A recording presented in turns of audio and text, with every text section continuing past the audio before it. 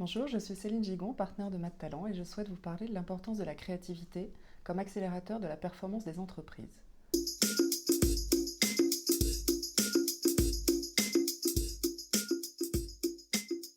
On associe souvent la notion de management d'entreprise à des critères solides, plan stratégique et organisation, ou à des compétences sérieuses et éprouvées, analytique, leadership, etc. En revanche, quand on pense luxe, on pense plus naturellement à la création et à l'expression de compétences d'innovation et de créativité. Or, force est de constater que parmi les entreprises championnes européennes, et particulièrement françaises, on compte de grands groupes de luxe. Le secteur du luxe réussit donc à combiner créativité, innovation, management et performance économique.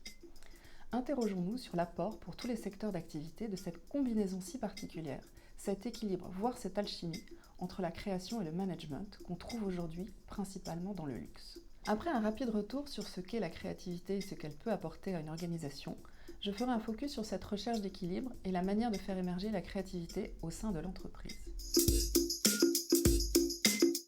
La créativité décrit la capacité d'un individu à imaginer ou construire et mettre en œuvre un concept neuf, un objet nouveau ou à découvrir une solution originale à un problème.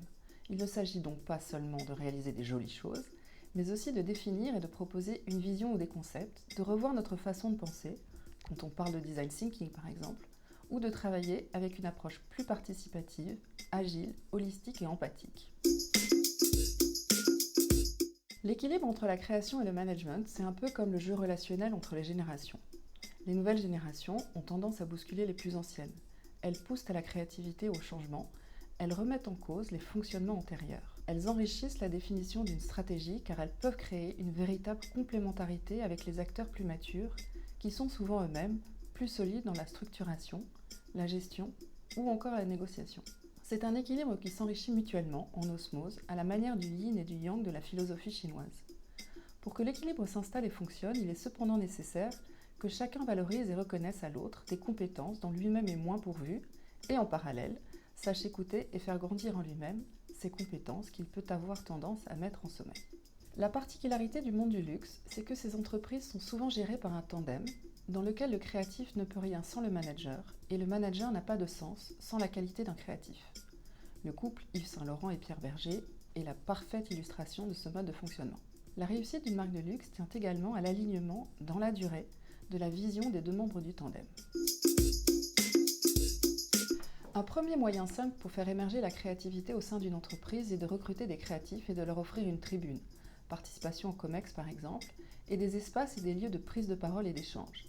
Il est important de ne pas les enfermer dans une tour d'ivoire, même si cela peut venir d'une intention louable de protéger, voire de sanctuariser la création.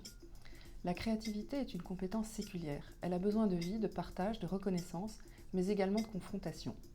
Ce sont les connexions qui permettent de faire émerger les innovations. Une autre considération intéressante consiste à enseigner la créativité, à ne pas la considérer seulement comme un don tombé du ciel, mais comme une attitude que l'on peut cultiver, enrichir, faire grandir, à condition d'en avoir la volonté. Et toujours se rappeler que l'innovation se nourrit des différences et des singularités de chacun.